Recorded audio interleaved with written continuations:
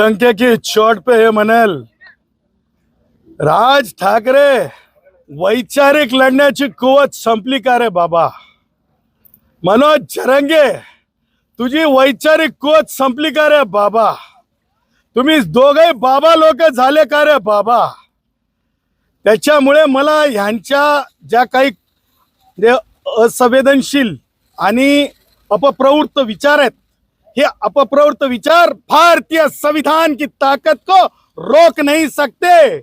ही democracy है, Bharat Ratna doctor Babasaheb आंबेडकरांनी दिलेली डेमोक्रेसी आहे, भगवान बाबांनी दिलेली शिकवण आहे, माँ जिजाऊची शिकवण आहे, माँ अहिल्यादेवी होळकरांची शिकवण आहे।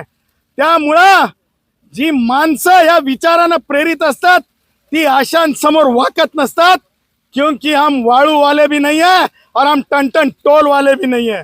त्यामुळं आज जो प्रकार घडला तो ज्वलनशील पदार्थ आहे, तो ऑइल आहे, ते जाळायचा उद्देश होता का? याच्यामध्ये जरंगे आणि राज ठाकरे यांचे अपप्रवृत्त विचाराचे अर्ध्या हळकुंडानं धुतलेले, म्हणजे मी म्हणेल माकड चाळी करणारी जे दोन दोन पावशेऱ्या पिलेले होते का? छटाक दारू पिणारे लावून दिलेले होते का? पोलीस तपास करत आहेत। आज दुःखाची गोष्ट, जी वर्दी संरक्षण करत असते त्या पोलीस वर्दीला सुद्धा ज्वलनशील पदार्थ लागलेला मी माझ्या डोळ्यांनी पाहिला।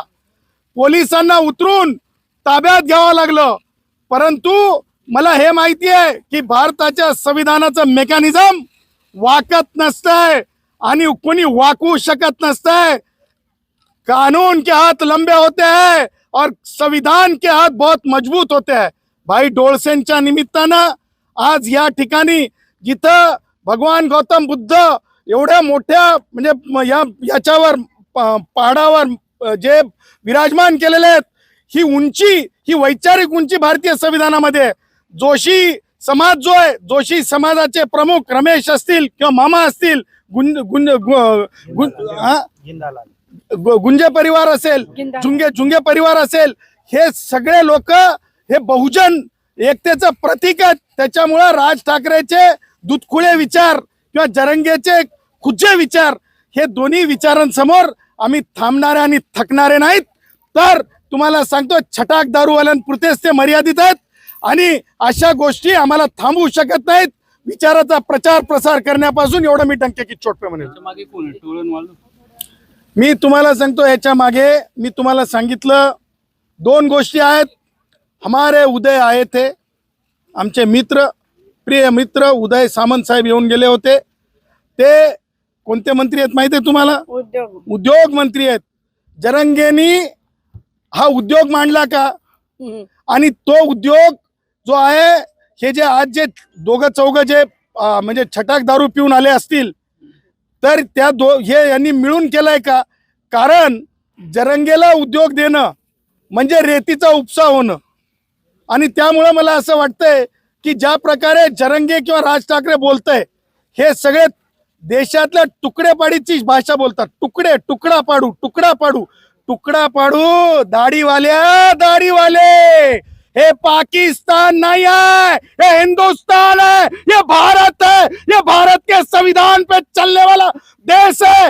इथं मराठा मुख्यमंत्री नाहीत म्हणून तुम्ही जर आगाऊ चाळे करत असतील, जरंगे असेल किंवा राज ठाकरे सारखे कल्पित स्वतःच्या इच्छा पूर्ण होत नाहीत हे लक्षात घेऊन जर महाराष्ट्राला भाषेवर त्रास देत असतील, तर हे चालून घेतलं जाणार नाही।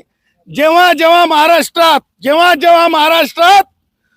बिगर मराठा मुख्यमंत्री असतात, तेव्हा काही नालायक विचार, जाती अंध विचार, कारभारी विचार, तुकडेपाडीची भाषा करणारे असे अपप्रवृत्त विचार समोर येत असतात।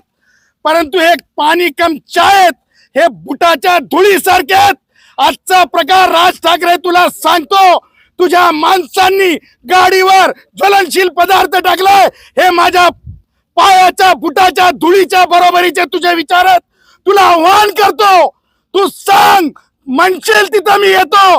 वैचारिक चर्चा करू, वैचारिक चर्चेत तू जर हारलास तर तूड बशा काढ, आम्ही जर हारलो तर आम्ही म्हणाल ती शिक्षा भोगू।